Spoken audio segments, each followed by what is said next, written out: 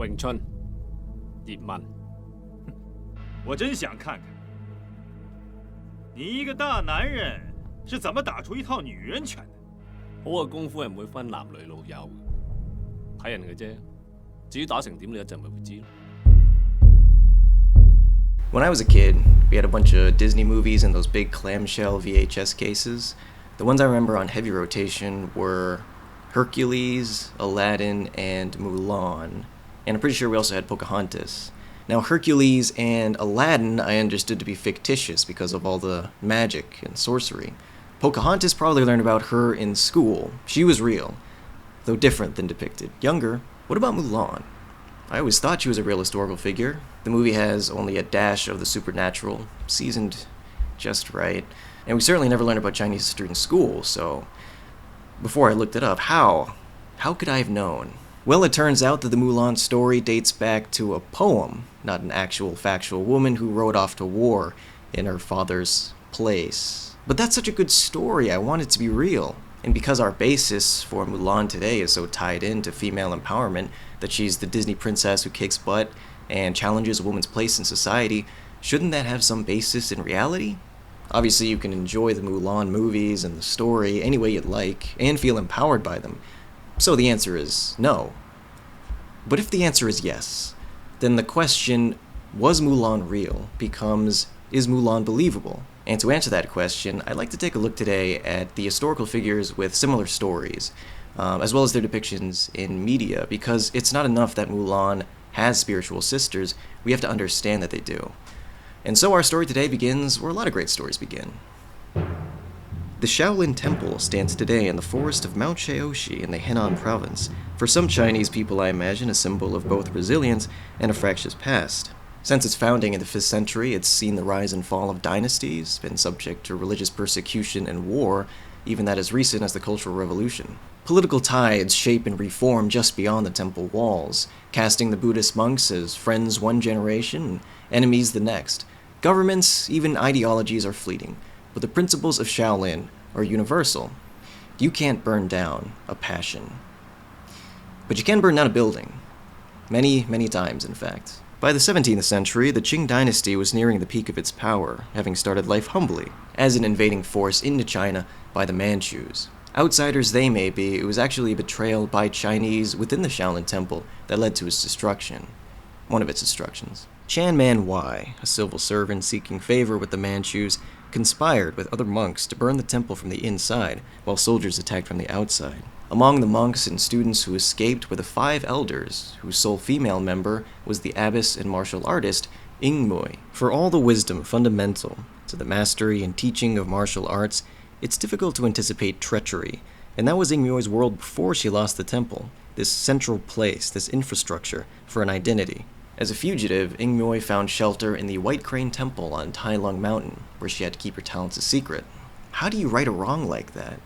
Even if Ying Mui were to reunite with her fellow elders, they'd be up against the almost existential threat of a dynasty. The great desire for revenge, too, would have been suppressed. There is no style of kung fu to address a problem like that. While living on Kar-leung, Ying Mui often bought bean curd from a man named Yim Yi and his daughter, Wing Chun. There were also fugitives, trying to rebuild their lives after Yim Yi was accused of a crime he didn't commit. Wing Chun was smart and athletic, and also betrothed to a fellow named Long Bok Chow, and also she was 15. However, none of that stopped a local bully from trying to force her into a marriage with him. I'm sure there were many everyday injustices at Kar-leung Mountain that Ying Mui witnessed, but she would have had to have been selective in her intervention. Maybe she saw a bit of herself in Wing Chun, because she took her in and began to train her how to fight. Ying Mui probably didn't train many 15-year-olds, or many girls, in her halcyon Shaolin Temple days. Wing Chun was just as much a blank slate as the Kar-leung Mountain itself. A new beginning, but this time on her own terms. And she needed to develop a new style to suit this real-world environment. Applied Shaolin. One day, Ying Mui observed a fight between a stork and a large rodent, and noticed how the stork used its wings and legs to attack and defend at the same time. This would form the basis of what she'd teach Wing Chun, who needed to dissuade her attacker as much as possible, essentially maximizing each point of contact toward a big no translated to physical terms. Wing Chun worked hard to learn this new style of kung fu based on nature, structured around softness of body, flexibility, but also aggression. Even if this is about the discouragement of violence, you can't show any weakness, and you have to end it quick if you don't match the stamina of a larger opponent. Despite its isolation, the Shaolin Temple did liaise with imperial courts, and whatever its influence upon them, it was obviously seen as a threat at various times throughout history. Ironic then, because if the temple was Ing Mui's world, its destruction made the world her temple. She crafted a new style based on a specific purpose, a specific body, and mind and circumstance. She helped give kung fu to everyone. Wing Chun defeated the bully and married the man of her choice. Her work done, Ing Mui went on to travel the country. It was the husband, Long Bok Chow, who named this style in memory of Wing Chun.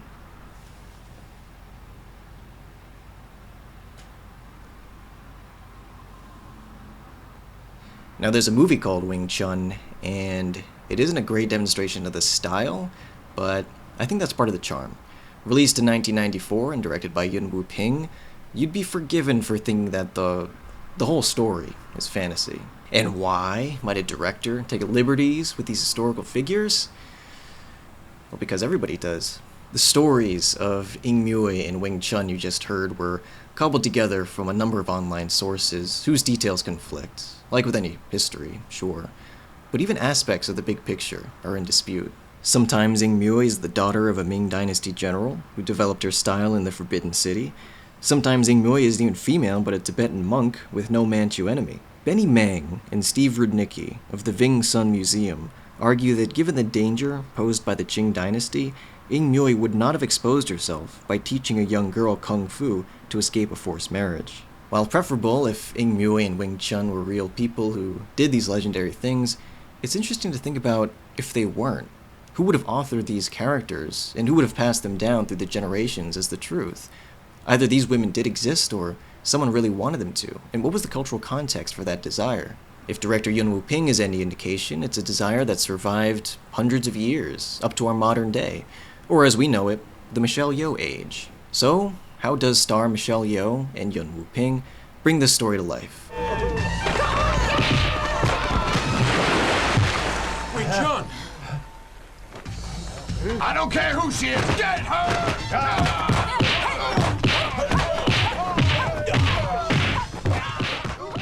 The movie Game of Death is bittersweet for Bruce Lee fans because it was going to be the fullest realization of his vision, and with the exception of Way of the Dragon, director has had a difficult time capturing the actor in action. There's historical tension between choreography and direction, especially in Hollywood, where the old wisdom goes that shaky cam and machine gun editing can cover up a lack of fighting skills, with the plausible deniability that is for the purpose of intensity. What happens when the choreographer is the director?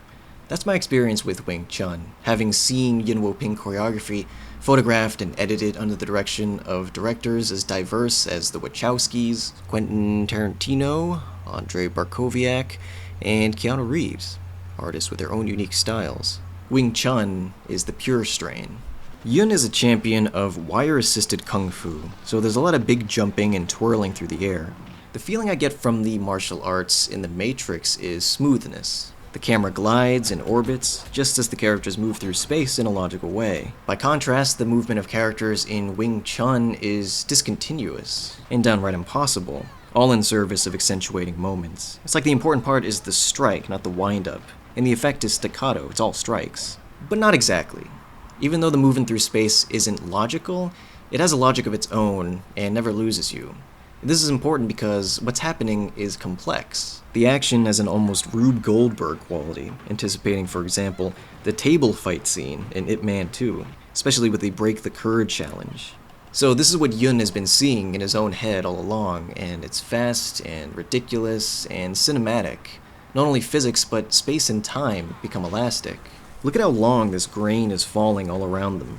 It's a very dramatic effect, and I like how Yun's only reality is within the frame. Who knows what the world looks like when time stands still between two fighters? Michelle Yeoh slides into this world, and for her early filmography, this is a standout showcase of her skills, which is saying a lot. I think the difference here is that she's playing a distinct character, more so than an archetype, like in earlier movies. She has a story, she has a history, and the world around her feels alive and actually quite eccentric. This is a talking point for me. I'm so blessed that I've now seen movies which fully satisfy the metric developed by suggestions offered during a childhood watching sci-fi action. You know, Ripley and Sarah Connor are cool, but how physical can you really get when fighting an alien queen or liquid metal?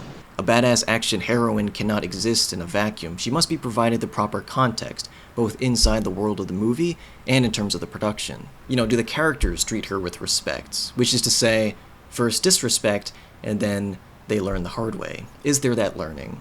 And second, do the filmmakers treat her with respect? And so the first question we apply from this metric is simple. Is she the most badass character? Of course she must be, we might think. As we go on here, we'll see there are no guarantees. However, I will say that in Wing Chun is the most badass character, and the world reacts to her accordingly. But remember, that's only our first question, and it hardly sufficiently characterizes the world of this movie, which is ludicrous. Surprisingly, it's not the fantastical action we blame for the lighthearted tone. This movie is a straight-up kung fu comedy, and I don't know how to react to that because the comedy is really crass. The only version of the film conveniently available to me is this one, where first of all somebody Xeroxed every frame and dropped it in a gorge on the way back from the frame Xerox machine. And second, the English dub is quite profane. It's mostly with the Abacus Fong character, Wing Chun's aunt. Even if she didn't say things like, "Bang her till your heart's content." Up yours and just stop interfering. If that bastard shouts at you, hey, I'm talking about you, not to you. Shut your mouth. What? There's a lot of sexual assault themes in this movie. Whether it's a very aggressive damsel in distress sequence toward the end, or Auntie Fong having sex with the character Wong, who's under the impression she's someone else. There's a rom-com subplot with mistaken identities, because here we have Michelle Yeoh dressing up like a man, and suddenly men can't see that she's a woman. Very Mulan-like. We have this rather incredible foot-bathing scene. It's a really weird movie. Beginning with its very construction, it's not an origin story for Wing Chun, the way Challenge of the Masters is for Wang Fei-hung, albeit a revisionist one. And this surprised me too. We see that Ing Mui appears in the film, played by none other than Cheng Pei, but it's a cameo. And then Wing Chun explains her origin later, without even a flashback. In the context of the film, it provides a thematic basis for the current-day conflict, which in turn would outline a formula for the legacy of Wing Chun films, like Wang Fei-hung, but that's not our reality. According to Wikipedia, there's a Wing Chun TV series, but it doesn't appear to be about Wing Chun, or feature an abundance of female leads. So if this is all we have for both Wing Chun and Ing Mui, I kind of bristle against the weird stuff. Kung fu movies, to my mind, represent the opportunity to exercise the trappings of a genre in a pure way. You can have a movie where people are fighting each other and not a lot else has to happen. And yet Wing Chun is burdened by an entire additional genre, one that I don't necessarily find appropriate.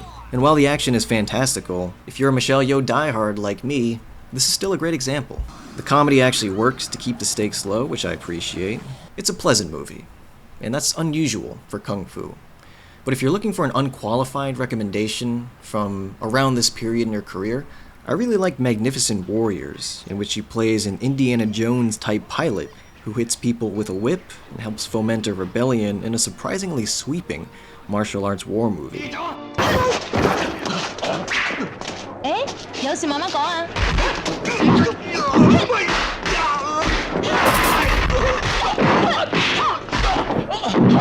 You may have noticed that a young Donnie Yen figures into Wing Chun, which is funny to think about. With his portrayal of Ip Man in the Ip Man quadrilogy, it seems he brought the style into the mainstream. And how could he not? Look at that smile.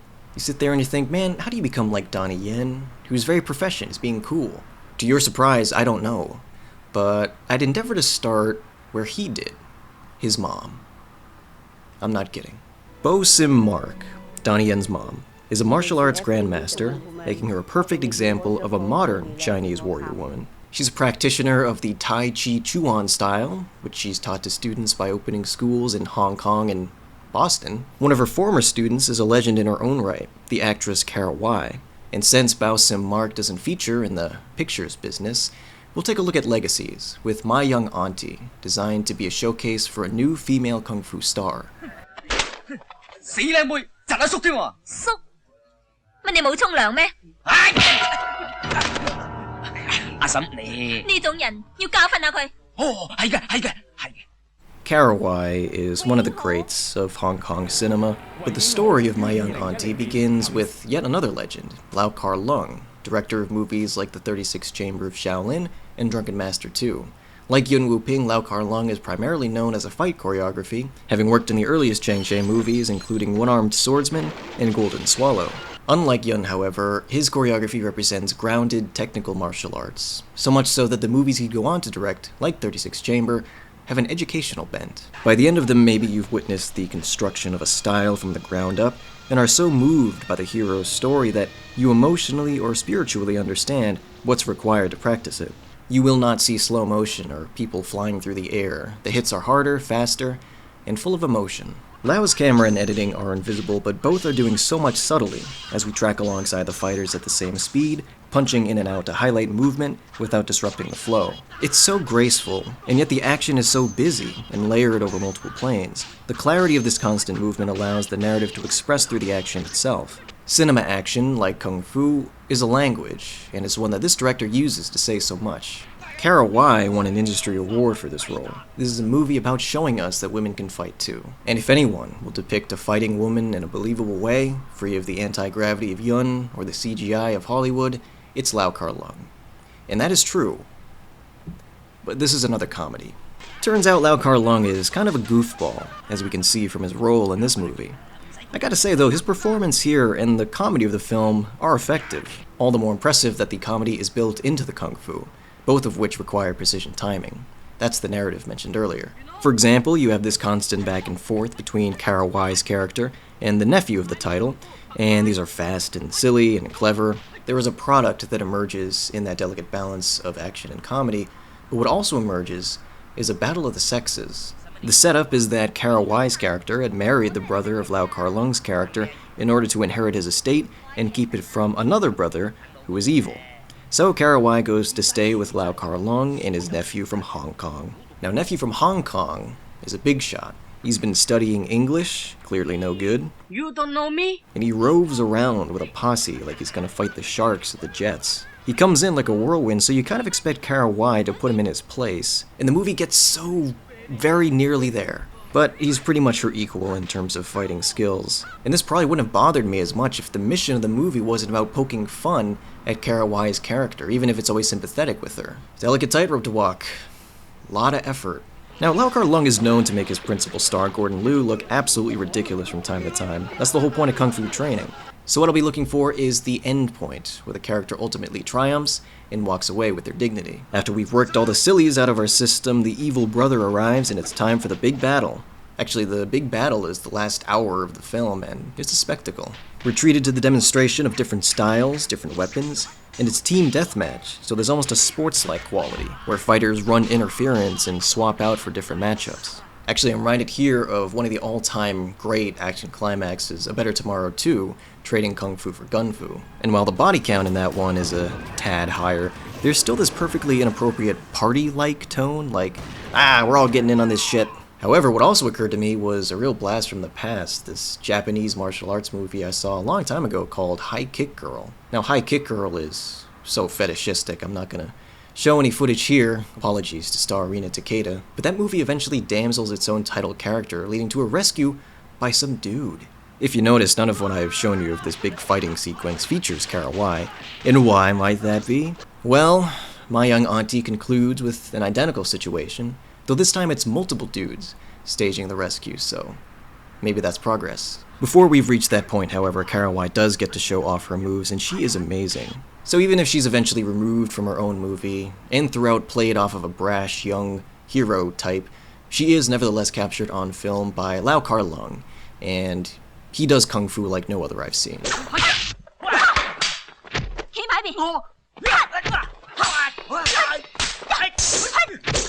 So let's hop in our time machine and travel back to the 18th century to meet our next warrior woman, the real Mulan. The White Lotus was a Buddhist sect from around the 13th century, organized against rule by foreign powers, specifically the Mongols. Followers of the White Lotus were vegetarians, they chanted, they lit incense, and they believed that one day a higher authority was coming, the Buddha.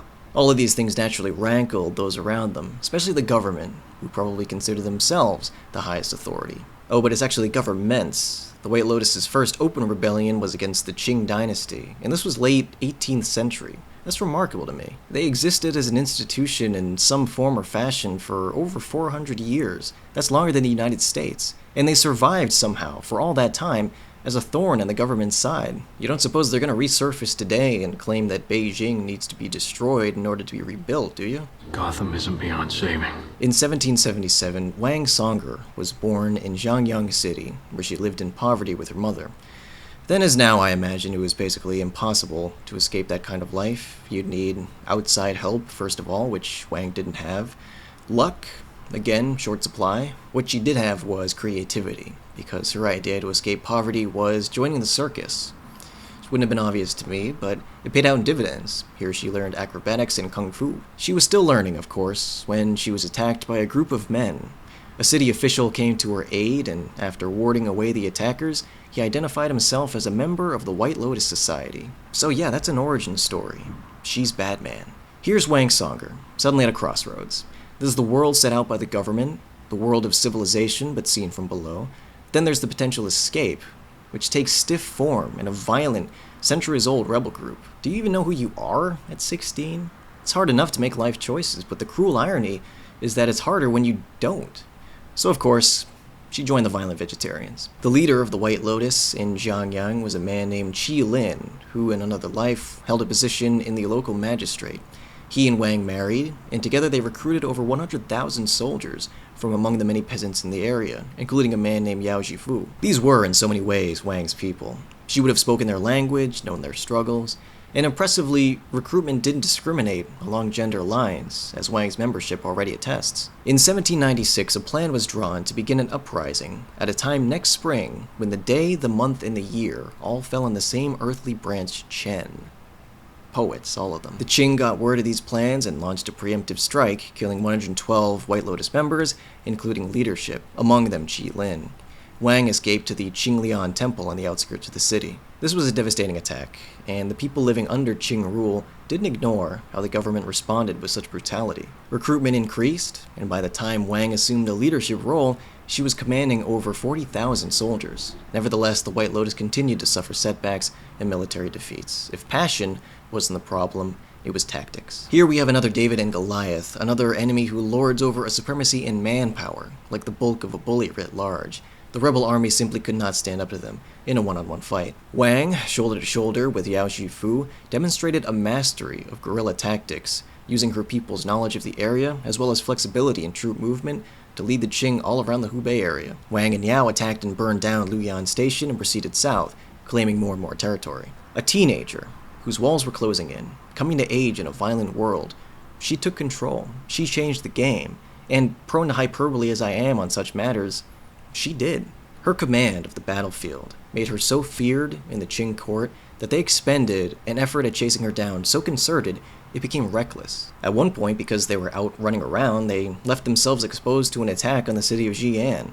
I mean, truly nobody but a woman can get the goat of any unit of men, organized any which way but in sympathy with the second sex, but that seems short-sighted. Even still, Xi'an was successfully defended.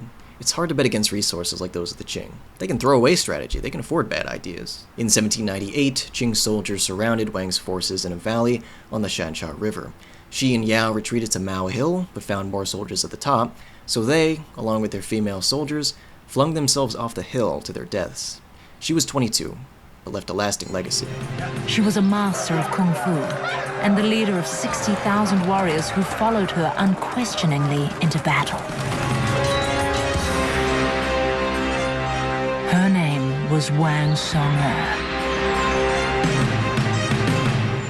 In the West, Wang Songer is sometimes thought of as the real Mulan. There are Mulan stamps, a Mulan hotel. There's a Mulan fast food company and Mulan beauty salon. But there is much debate about whether Mulan ever really existed. Her guerrilla tactics represented a massive shift, changed how the Chinese people fought greater, more powerful threats throughout history. It actually makes me wonder if Wang Songer would have read the Hua Mulan poem and been inspired. But honestly, her story is more impressive. It's not a Hollywood ending, granted. And so, since we don't have a real Wang Songer movie, how do the Mulan films stack up? Not as depictions of her legacy, but depictions of a Chinese warrior woman in the sword and horse mold, rather than kung fu. Are we allowed to believe such mythology could be possible? Do we get a sense for the archetype's greater significance? Hey, daughter! And you can handle them yourself? Dad, there is no time to argue. Okay, you all follow me. Oh no. So, I lied. Wang Songer features in exactly one movie, I just didn't want to mention it. The Swordsman in White is from 1992 and directed by Hua Shenzhang.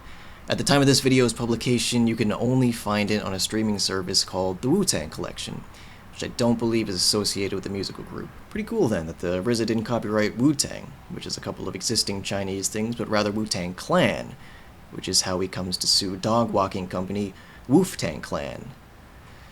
That was a sentence I didn't want to say. And to be honest, this movie probably isn't so bad, though it looks like it was filmed on plywood. Of all things, could you believe the problem is the English dub? It's so bad that the Wu-Tang Collection gets in front of it with a disclaimer. It's pretty much on the level of the Mystery Science Theater 3000 you made in high school with your lame friends, and it made the film basically impossible to pay attention to. Welcome to Holiday Inn. Can I take your order? Yes, I'll have a pan pizza. I like pizza. With anchovies, lots of them. Right away, it's coming up. I've got an order for a pan pizza with everything, including the anchovies. There's actually been a lot of Mulan movies, most of them made in China. You got Hua Mulan joins the army in 1927, Mulan joins the army in 1928, Mulan joins the army in 1939, and more, including an American animated movie in 1998 and a Chinese live-action film in 2009. We'll be taking a look at those. Or shall we say, let's get down to business?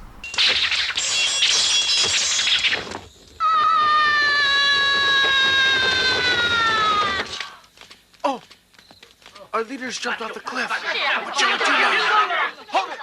The story of Hua Mulan, being both a poem and lost to time, doesn't leave you a great deal of material to work with. It's not license the writers have to come up with new material, it's a requirement. For Mulan, Rise of a Warrior, I think the story they came up with to buff out the legend really works. It's a clever adaptation in that it takes the movements of the story and fleshes them out with narrative rationale. For example, to ensure that Mulan emerges as a singular hero in a war fought by a military, we have the betrayal of a commander, although his motivation was hardly illustrated. And throughout, we're witness to Mulan's headspace as she wages an internal battle, pondering the loss of self while fighting a war. That's the kind of movie this is, full of philosophical exchanges and tilted more towards the depressing aspects of war than the triumphant. About partway through, after it appears the enemies have slain her love interest, I fully expect Mulan to charge into battle and kill all the bad guys in a bloody furor, but actually, she gets drunk. It's difficult for movies to access the psyche of the soldier in combat, no matter how much bloody verisimilitude. This movie takes an interesting approach, playing on familiar discomforts like thirst, as a gateway to an unfamiliar, more severe suffering. They run out of water in the desert, and so they have to kill horses, off-screen, and the love interest, Wentai, feeds Mulan his own blood. So as they're facing the enemy army, their lips are dry. It's something. And I think it's a consequence of the filmmaker's interests when it comes to those central questions. Why do we fight? What does war do to us? Typically, war movies structure their conflict much the same way that military training does, us versus them. We can see this in the 1998 Mulan, with the design of the Huns. They may as well be the orcs from any given animated fantasy movie from the 80s. You look at World War II propaganda posters, and the Germans and Japanese look like creatures. Here, the Huns have gray skin and yellow eyes. You know, that way no human beings do. In Rise of a Warrior, the invading army is the Rorin Khaganate from Central Asia, and they're not the same frothing warmongers we might be expecting. Their leadership is represented by a sensitive old man, his kindly Russian celebrity servant, and a passionate daughter. But then there's the evil son, who introduces the film by executing Chinese prisoners. Now that's one bad apple. While this obviates the dehumanization trap, it reveals yet another problem. Perhaps the war film is a somewhat landmine genre, no pun intended. If this is ultimately a story about heroic and villainous individuals, putting aside the trope that a war ends when the villain is defeated, Kinda like how there were no more Nazis after Hitler died. Then it's about good and evil, and that's not why wars are fought, that's just more propaganda talking. Are we really challenging the evil son because he executes prisoners, or is it because his army is invading? If it's option A, maybe we don't ask why the army is invading, even if the answer is because we invaded first. Why simplify, other than, nationalism? And we're back at the start. But it was a fun detour. Both this film and the Disney movie position China, specifically the Han Empire, as a passive homeland under siege by invaders. And that strikes me as so American. How many times have we seen Russians, North Koreans, or Chinese invade American soil and everything Red Dawn ever influenced? This seems to be some sort of imperial anxiety, the very same that birthed invasion literature in early 20th century Britain, which in turn developed into alien invasion literature. Talk about dehumanization. It is the same mythology we tell ourselves to justify a foreign policy we can no longer objectively assess, and that mythology is our inroad into the fantasy at the heart of these movies. Dragons notwithstanding. If I did take that time machine to meet and shake hands with Wang Songer, her name was Wang Songer. She'd be completely alien, and not just in terms of language and culture, but morality. She's doing things that disqualify her from our modern conception of heroism. And we like anti-heroes, but even the Omar Littles and Dexter Morgans of the world are governed by morality. A man must have a code. I'm not saying Wang was some feral maniac, but the real-world situation she faced demanded an equal opposite violence, where the fable of Mulan can always be crafted to appeal to sensibilities displaced from the historical period depicted. Hua Mulan doesn't need to be an R-rated Valkyrie of the battlefield. But if we're starting from fantasy, framing her conflict as black and white, the rest may very well follow. One of the great things about film is that you can play with time, flashbacks, nonlinear chronology, but sometimes you can run away with it. A pet peeve of mine in movies is when scenes kind of flow into each other rather than having discrete sequences with relative identities. I'm not saying one is better or truer to the film medium, but it's a personal preference. Because the flowing happens in Rise of a Warrior, you get this compilation movie feeling, perhaps that it was a television series edited down. There are frequent skips in time, clipped together by these flashes of white. It's odd because the moments they choose to fast forward to are some of the most significant. And so if the movie is a genre mashup of war, biopic, melodramatic romance, it kind of inherits the worst tendencies from each. There's war movie cliches like the band of brothers who all die heroically after giving their one characterizing detail, and people in love make strange choices for the purpose of romantic contrivance.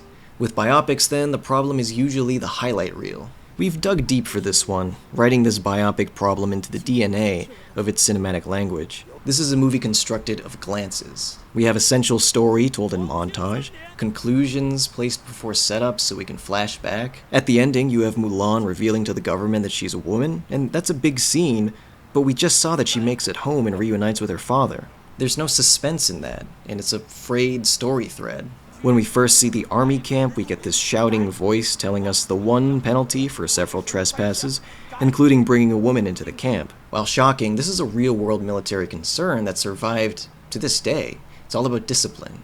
You can't have women in the army because the soldiers will be distracted. God, how I wish I were making that up. I know that representation of women in the military is a more contentious front than other unequal spaces, but when the argument is that bad, the whole point of training to be a soldier is discipline. So how else can there be a breakdown such that rape is as much an epidemic there as it is everywhere? It's a systemic problem, as we say, a matter of who's in charge and who makes policy. That sort of sexism isn't so easily defeated. By contrast, when the animated Mulan is revealed, because her body has boob shape, the reason why she escapes the death penalty is because she saved Shang's life. The character doesn't necessarily transcend the sexism. She doesn't get to break the rules for no reason. And notably, that sequence is told in chronological order. It's suspenseful, it's active. And then there's the let's get down to business scene, as it's known, which combines a musical number with a training montage. Now this speeds up time, but it provides character development. It's a really great sequence, due in no small part to the song. I guess I want a movie like Rise of a Warrior to live in the present. All the more so because the moments it does, it's really effective. I think the acting is great, and there are narrative payoffs. I'll cite 3 that stood out. First is when Mulan proves herself as a warrior. I mean, nobody questioned it because her disguise is so good, But it's a great scene, and it does play out as if it is a male character. Even when a lady beats somebody up in a movie, I've never seen the prostration, as happens here. Second is another instance where Mulan gets physical, though this time it's when her childhood friend Tiger starts poking the bear. Although he does a poor job of ripping down the dog tags to orient Mulan back toward the living, it is enough to roust her out of an alcoholic slumber, and she comes very close to punching his lights out. Fun as that may be, it is a sad moment. And suddenly the gradual transformation of her character thus far comes crashing down into focus.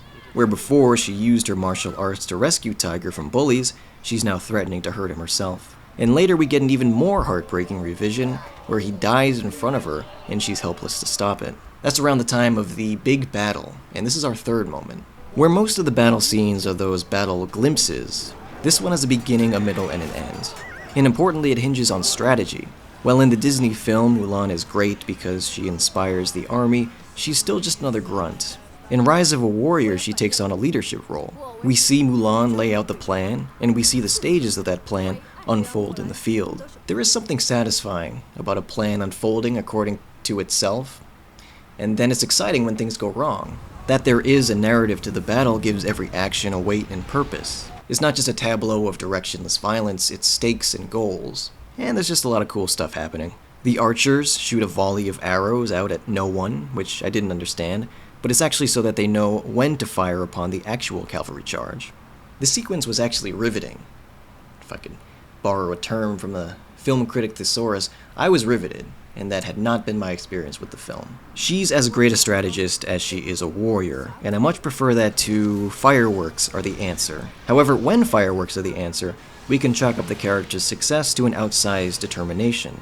Animated Mulan has more to prove, so she works her way up that pole mid-song. For our believability problem, it's not great, but then again, she's not really a kung fu badass or anything until the sequel. And yes, there is a sequel. What makes Hua Mulan so awesome? We're not told. Wang Songer's strategic brilliance came from extrapolating the world around her, from the life she specifically lived. Even when she was a child, Hua Mulan was a kung fu badass. And at this point, I hope you're wondering, is this your hill, dude? Can't a female character just be badass without some big explanation? No. I mean, no for our purposes here. We're talking about legendary figures in contention, and how women distract soldiers. So I don't need Mulan to be a true story, to somehow alchemize that revisionist history. But since she is mythology, she can't stand alone. We've got a few historical figures here, some more real, perhaps, than others, and so far their depictions in media, when they are depicted, are fantasy. They're comedies, glimpses, shortcuts. So it's not me who needs to be convinced because I already know and it matters to me. It's whether or not they can convince some of the hardest heads out there who do feel a rush of pride when they see depictions of strong men. Because I also believe that what we see on TV influences us in ways we don't even understand. What if it was this, but more tangible? More dry lips. One of the aspects of the legend preserved in both films is the ending, where Mulan refuses the position in the imperial court and returns home to be a dutiful daughter. In Rise of a Warrior, this return to the status quo is an echo of the original tragic circumstance. Mulan and Wentai fought for peace, and now they must stay apart for peace, as Wentai marries the Roaring Queen. In the Disney movie, when there is no war, there is no Mulan. That's not a commentary on anything, it's cause for celebration. And so the question I'm left thinking is, why are there no domestic-born occasions for Mulan to rise, for women to be more than what's expected? That's the world, and Mulan is ultimately fighting to uphold it. And so we don't really ask what happens after Mulan because we already know. The patriarchy remains unsmashed, because no matter how incredible these individuals were, Mulan or Wang Songer and her female army, there wasn't the societal infrastructure in place to ensure their contributions were systemic. That wasn't the point. All that being said, what does happen after Mulan?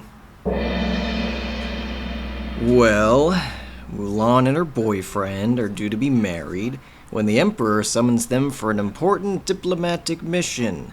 Mulan and Li Shang are tasked with escorting the Emperor's 3 daughters to the Mongol court, where they'll be married off to secure an alliance and prevent an invasion.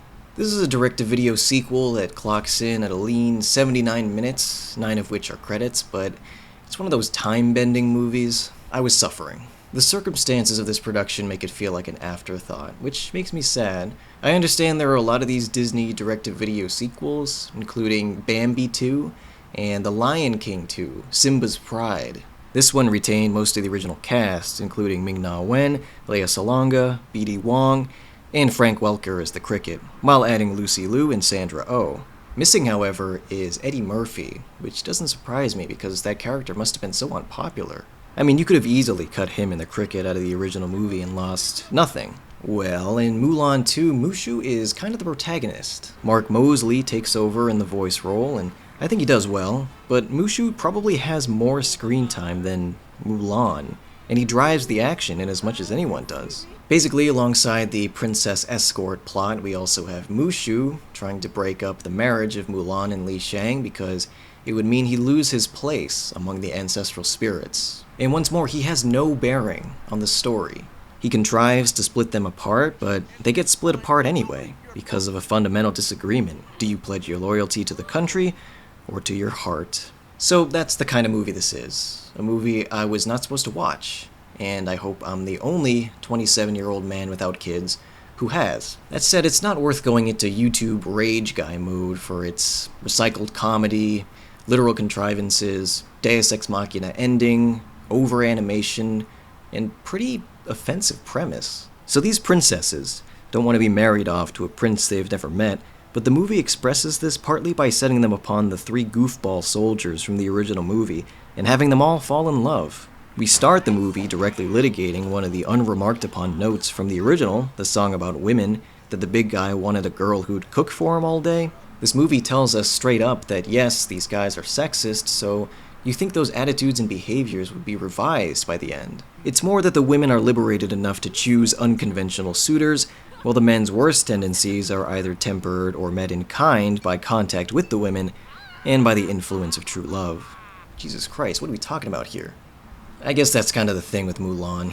With the exception of Fantasia, it was my favorite Disney movie growing up to the exclusion of all the other princesses because it was kind of an action movie. Mulan 2 shoots far in the princess direction, and that's fine, but you're affirming my prejudiced viewpoints on Disney princesses, that girl stuff is shallow. This is really shallow, and I mean thematically. We've really flattened out the ideas floating around the Mulan story towards some bizarre love idiom, trust your heart, the consequence of which is that it's good enough you're in love, never you mind the details. There was a TV show not long ago called Crazy Ex-Girlfriend, whose goal was to deconstruct the fantasy of true love, or the one, or love at first sight.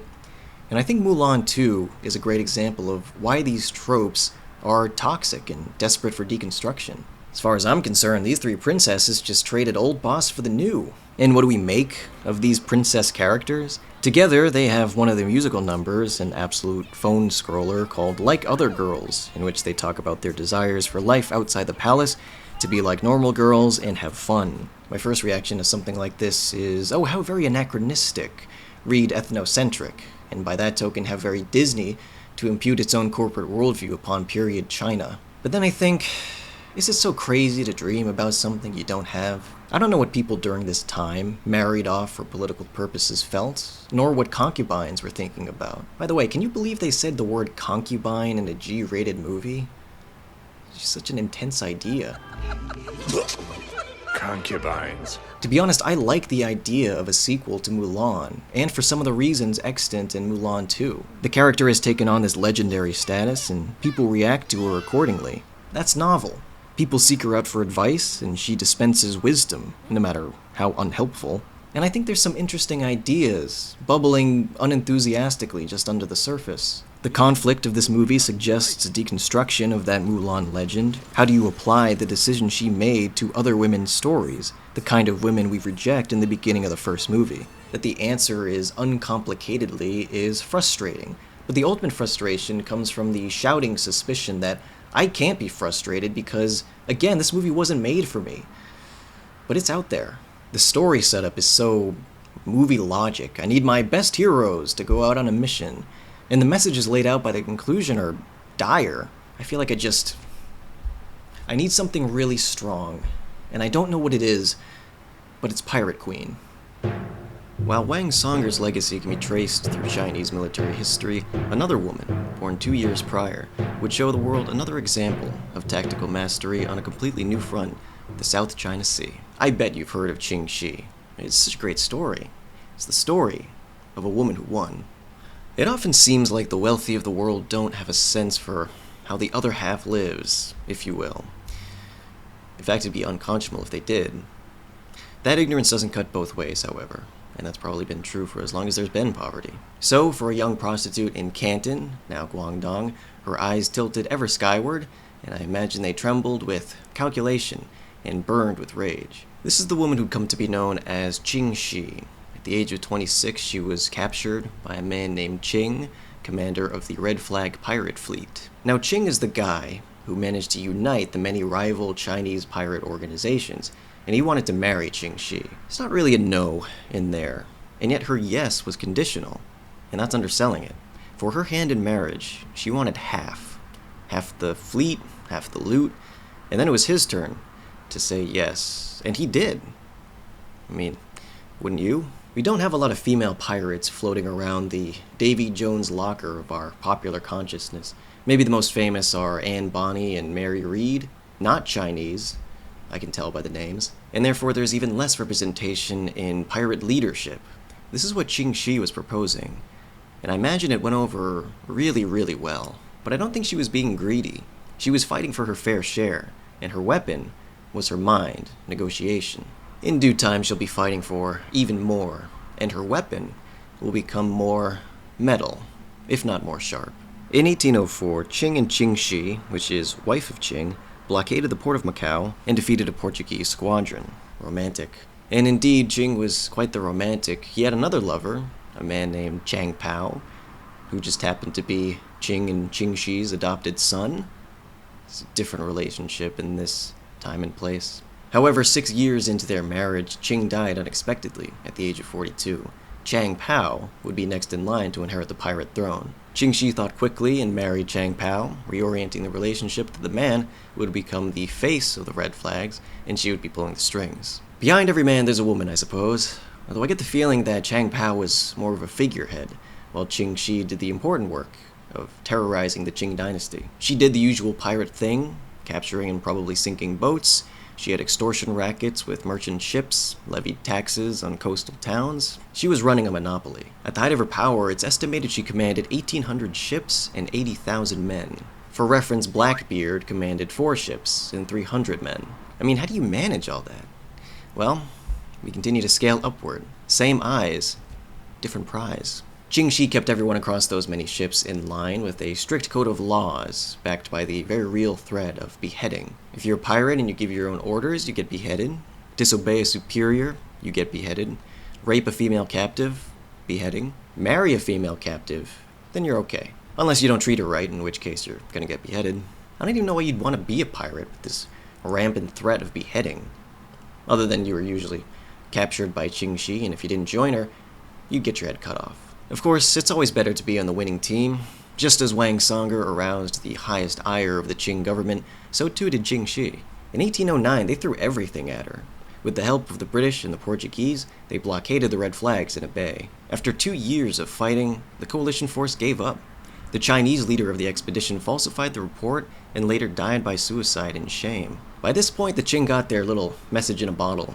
However, internal strife was threatening to compromise the pirates' life, as the Red Flags were waging a war with the Black Flags, one of their 5 fleets. So with the ongoing pressure from outside, Ching Shi met with a desperate Qing government and spent months working out an amnesty deal in her last great negotiation. In the end, she kept an embarrassing amount of riches. The government canceled all warrants out on her. They made Chang Pao a lieutenant in the Navy. And here's the most unbelievable part. She retired at the age of 35. Ing Mui and Wing Chun were lost to the annals of time, and Wang Songer died the glorious death in battle. Most other notorious pirates, Anne and Mary included, were eventually captured and then executed by the authorities. Ching Shi walked away. Later in life, she ran a brothel, likely the most no-nonsense in all of Guangzhou. She died at the age of 69. Remember, she started as a prostitute, so perhaps her literally circuitous route to ownership of a brothel should indicate the difficulty of upward mobility in that position. You gotta make a few trips around the ocean, sink a couple fleets, behead like dozens of people. Our popular conception of prostitutes and even sex workers generally is inflected by a kind of limbo state, leaving these invisible people devalued and overlooked. So, we can say that great minds find wellsprings in the unlikeliest of places, or we can say that the inception of great minds, however quantified, doesn't discriminate as we do along social or gender hierarchies. And speaking of popular conception and wellsprings, wow! Have a look at the portrayals of Ching Shi in comics, novels, movies. The people love it. Just not enough to call her by name. By the looks of things, we have a conflation of Ching Shi and the pirate queen archetype, which makes sense, of course. But there's more to her story than pirate adventures and cutting people's heads off, so it's sad that there hasn't been a flagship, again no pun intended, Ching Shi film or TV show. I understand pirate movies are some of the most expensive of all time, especially the profitable ones, and the Chinese film industry right now is not in a great place. But that movie, The Admiral, did really great business in its home country of South Korea, and Im Yuna is very popular in China, so just gonna float that one out there. So what do you think? Did we come up short on our media portrayals of the warrior women of China? Because after all, as I discover, there are a lot of them. So many that they exhausted me over the months this video took to put together. Rise of a Warrior was one of the last movies I watched to talk about here, and in front of the Blu-ray there was a trailer for a movie called Woman Knight of Mirror Lake, which is about a real person. I fucking died. But it's good. I didn't see it coming. I wasn't prepared to be overwhelmed by the easily accessed history of cool ladies. Moral of the story, I should have been prepared. And whose fault is that? Nobody told me about this shit. The stories of these women are transformed to fit alien sensibilities, broadened into archetypes, or played for laughs. In these movies, regardless their varying quality, they simply don't live up to the legends or the history, and they don't convince my abstracted self that these people could have ever lived, if it's already important to me that they didn't. So next time we're going to take a look at fully fictional, folkloric warrior women, maybe as a control group. When the storytellers have no rules, do their subjects become, ironically, more believable? I have a good feeling already, because I fucking love the white-haired witch.